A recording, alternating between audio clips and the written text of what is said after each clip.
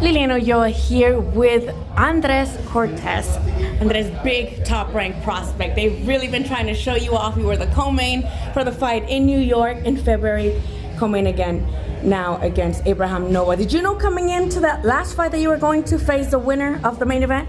Well, I wanted the winner, but that didn't work out. So I guess it was a competitive fight, so I'll take either or. Abraham Noah, a lot of people were like, hey, he did really good against the champ. Yeah. What did you take out of that performance? I kind of predicted that. I had said in videos prior to leading up to that what people thought about my opinion on that. I said it would be a close fight. I know they're both good fighters, and I think they were, evenly matched, but I think the right guy won. But yeah, I was ready to take on either. The last time, you were already having a step-up fight in your last fight, and you just closed out with a nice little knockout. Yeah. Are you trying to get some rounds in for the people that are like, oh, he's just knocking people out because whatever, he's supposed to? Are you trying to get rounds in, or you're like, you know what, I'm going to try to get him out because, O'Shaquie Foster didn't?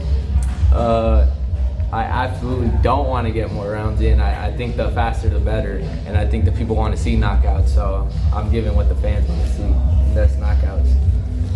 With the pace of your career, you're still young, but I think people see a lot of talent in you, and they're already kind of putting you in those conversations, right, with the main event, or, well, that's 126, but a lot of people like to put you already. Yeah.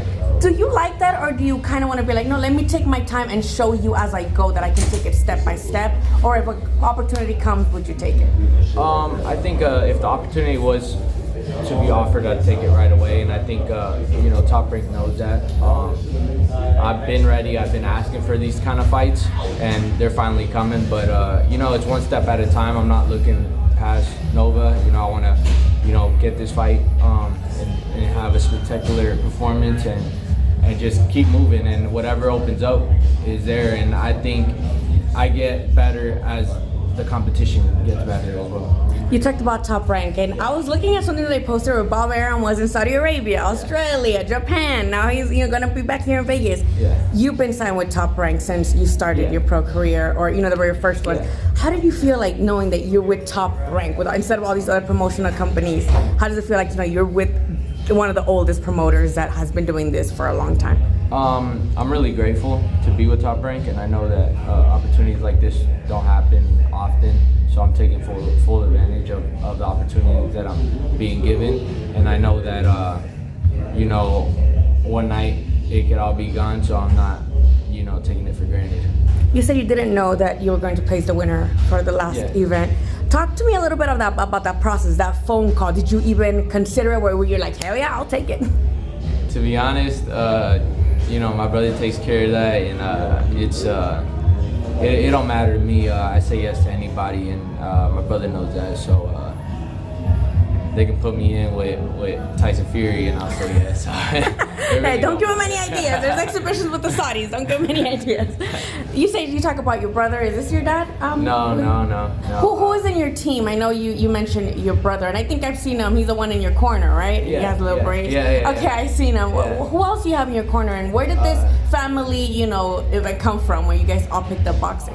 I got Rafael Garcia Jr., and I just stitched Duran and my brother, and me and my brother have been working since I was an amateur. Obviously, we've been boxing our whole life, so it's not something that happened overnight. A lot of people think that happened overnight, but it didn't. It's been years and years and years, and I just stick around with people who believe in me and who also want to win just as bad as I do. So. You're very composed as both an athlete and as a younger person, because I'm pretty sure that you see nowadays a lot of these fighters take to social media to kind of create a little controversy or kind of make little moments. What do you take of that? Do you feel like as you grow more in popularity, it's inevitable to kind of go at it with the other fighters online? It is what it is. I'm just chasing these belts and these titles. I don't really obviously I need big following and I need big fights, but I'm really want to complete my dreams, which is being a world champion. So that's what I'm focused on. Realistically, especially because, again, Top Rank, you can tell they believe in you because they just keep putting out these co-main events, and congrats, and it shows that your work is paying off. Yeah. But realistically, when would you think that you are ready for a title shot? I think after this one. Really? Yeah, I really do. I believed after my last one I was ready, and the fight before that I was ready. It's just... So you're just proving it to yourself, like, okay, I'm ready. Yeah, I think I've already been 10 rounds, and I didn't feel like it was anything too difficult. So I do know that if I did have to go 12 rounds, I could. And I think those are the answers. Those are the questions that you have to answer, and I did, and I answered them to myself. So I'm ready to go. Well, we're not looking past Abraham Nava. Yeah. Obviously, you believe you're going to beat him, or else you wouldn't have taken the fight. But since you feel like you are right there for a title shot, is there anybody that you kind of already have envisioned where you're like, I see that guy, and I think I can definitely take him? I mean, like I said, any 130 champion, Navarrete, Foster, list goes on. I've been chasing these guys down, and I think the time will come. Now for Friday, right here, Abraham Nova, your opponent. I know we talked about what you took from his last fight, but what do you feel is going to be your biggest strength against his style, especially coming from a hard-fought battle that a lot of people felt like he won, even though he didn't get on the cards? I mean, personally, I hope he brings his A game, and I'm ready to really knock him out. And I think those are the only answers I got for this fight is to win by knockout. And if I don't, I won't be satisfied. Lastly, where'd you get your nickname? I know everybody asks that, but like Savage. What? There's always someone, right? Like they put a nickname, and it just stays. Who was that person for you? You want the truth or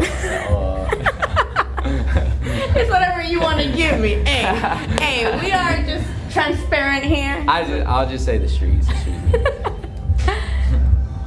Where did the Savage nickname come from? The streets. Hey, if it's we always talk about nicknames. Like, people te los da. People give you the nicknames. The streets. In the streets, in what way? My grandma. You're Mexican descent, am I right? Yeah.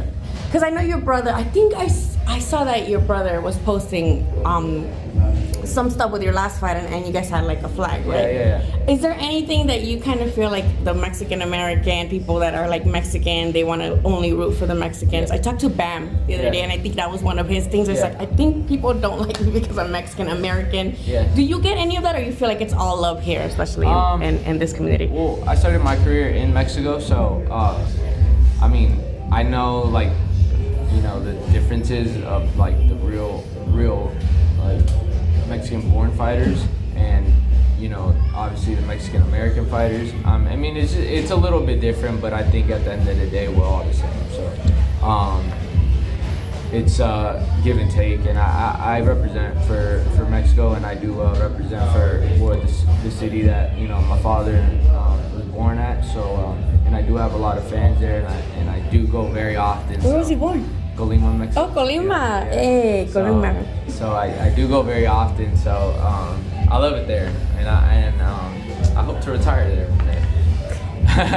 The dollar conversion got me wanting to retire in Mexico. Yeah, so I mean that's that should say it all. If I'm planning to retire there, Lastly, Andres, you just put you are putting the finishing touches on your camp. Invite the people to not only follow you on social media, but to tune in Friday on Espn Plus. And give me the prediction for the main event, because I know Rafael is just coming off a great win, but Chirino's Sanchez no bum. So go ahead and give us, tell us where to follow you, to tune in, and the prediction for the main event, if you have one. Follow me on Instagram, Facebook, Andres Cortes 97, and prediction for the main event. I guess I'll take Espinoza by knockout, and I'm not too familiar with the other guys, so I can't say too much, but I'll take Espinoza by knockout. Thank you.